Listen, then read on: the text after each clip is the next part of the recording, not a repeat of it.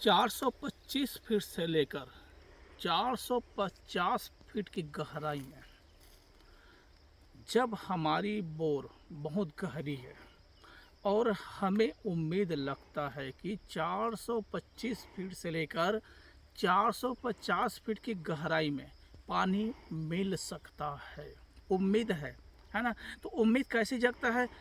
425 से लेकर 450 फीट की गहराई में यदि हमें कोई सीपेज मिले या कोई सुरंग मिले या कोई दरार मिले या ऊपर बहुत अधिक नमी मिले, तब की कंडीशन में हम वहाँ पर विस्फोट कराने की सोचें, है ना। और जब विस्फोट कराना ही है वहाँ पर हमें ब्लास्ट कराना ही है, तब कितना किलोग्राम लेना है हमारी बोर के लिए, इस बात को जानना बहुत ज़रूरी है। देखिए, जो नहीं जानते हैं, जिनको इस मामले में ज्ञान नहीं है, वो लोग कुछ भी बता देंगे। हम लोग क्या करते हैं, गांव के लोग अक्सर अपने कोई कुछ पढ़े लिखे हैं या कोई गौंठिया है, कोई दाऊ है, उससे पूछ लेते हैं कि इसमें कितना किलो का विस्फोटक लगाना है, या किसी से भी पूछ लेंगे, वो अपनी इच्छा से जो चाहे वो बता देगा। लेकिन वस्तुतः उसको उसका नॉलेज नहीं है। नॉलेज वाला व्यक्ति ही बता सकता है, जिनको लॉन्ग एक्सपीरियंस है इस मामले में, वही बता सकता है कि वस्तुतः वहाँ पर कितने किलो का विस्फोट लगाना चाहिए। देखिए, मैं आप लोग बता रहा हूँ, जब हम अपनी बोर में विस्फोट करना है, ब्लास्ट करना है, तब 425 फीट से लेकर 450 फीट की गहराई में, है ना, जब हम विस्फोटक लगाते हैं तो इस बीच हमें ध्यान रखना है कि वहाँ पर अच्छा हार्ड सॉइल हो, है ना। दलदल नहीं होना चाहिए, एकदम पाकू जो मिट्टी रहता है ना, वैसा नहीं होना चाहिए, नहीं तो उसके बोलते हैं ना चीथड़ा उड़ जाएगा, ऐसी है, उससे क्या होगा, हमारा बोर डैमेज हो जाएगा। इसलिए हमें यह सावधानी बरतना है विशेष तौर से कि हमारे बोर में जो पत्थर मिला हो हार्ड हो, सॉफ्ट नहीं होना चाहिए। यदि हम देखिए, अंदर में हम बहुत अधिक विस्फोटक लगा रहे हैं और वहाँ का पत्थर या जो जो भी अंदर में है मलमा है, या वहाँ का पत्थर एकदम लूज है, तो क्या होगा, पूरा डिस्ट्रॉय कर अंदर को तोड़ देगा और अंदर की जो है ना वो हमारी बोर, उसको पाट देगा वो, तो हमारी सपने अधूरे रह जाएंगे। इसलिए हम चयन करें कि वहाँ पर जहाँ पर हम ब्लास्ट लगा रहे हैं वहाँ अच्छा हार्ड सॉइल हो, तभी ब्लास्ट कराने की सोचें। अब मैं आप लोगों को बता रहा हूँ, सुनिए। 425 फीट से लेकर 450 फीट की गहराई में 15 किलोग्राम 15 किलोग्राम विस्फोटक लेना है, ठीक। 15 किलो। कई लोग तो वही बता ना, 4.25 से लेकर 450 फीट की गहराई में काफ़ी अधिक, मतलब मैं तो 15 ही कर रहा हूँ, कई लोग तो 30-40 किलोग्राम का विस्फोटक लेकर विस्फोट करते हैं। लेकिन आप लोगों को वैसा नहीं करना है। हम ज़्यादा विस्फोटक ले रहे हैं, उसका परिणाम कोई मतलब नहीं है, अच्छा निकल जाए, ऐसा है ना।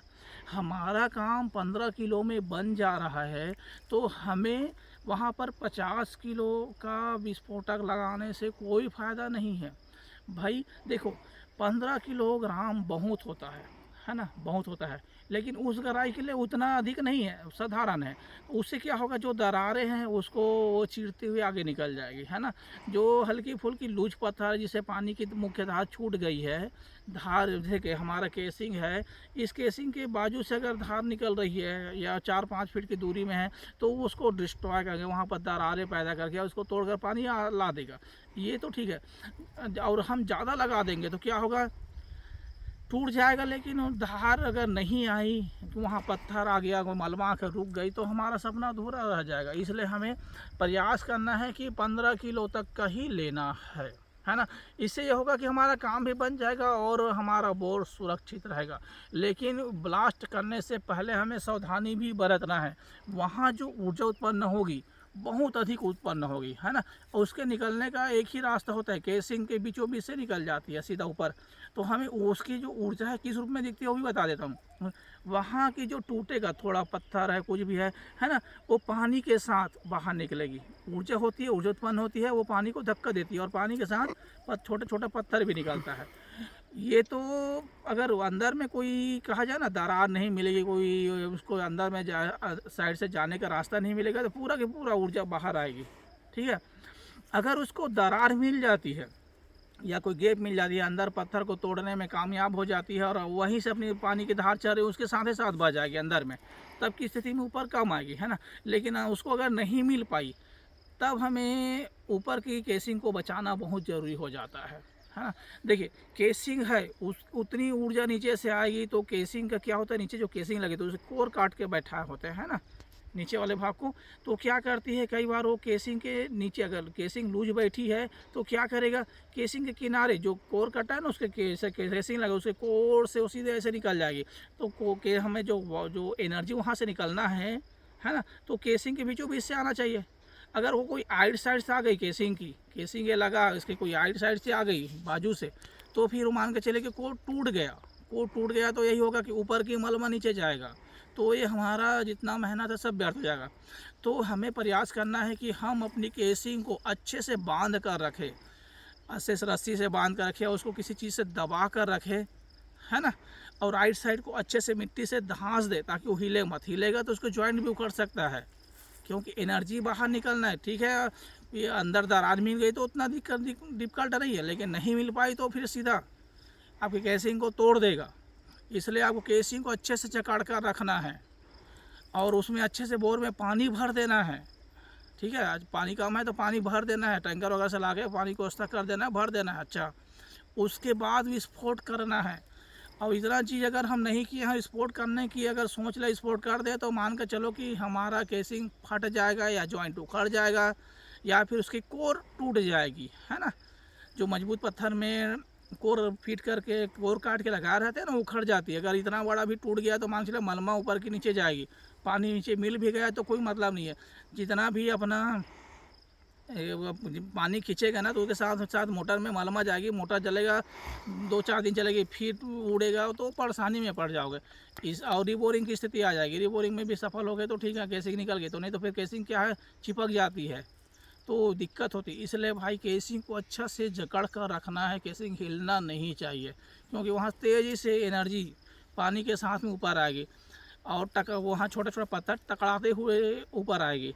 तो ये सावधानी बरतना है, ये सब चीज़ कर लेना है अच्छी से, केसिंग की व्यवस्था कर लेना है, उसको अच्छे से घास लेना है, आइड साइड मिट्टी डाल देना है अच्छे से। उसके बाद हमको अंदर में ब्लास्ट कराना है और वही है कि 425 से 450 फीट के बीच में हमें अधिकतम 15 किलो का बारूद लेना है, अच्छे वाले बारूद ले लेना है। उसके बाद हमको ब्लास्ट करना है और मुझे उम्मीद है ये सब करने के बाद पानी लग जाएगा, है ना।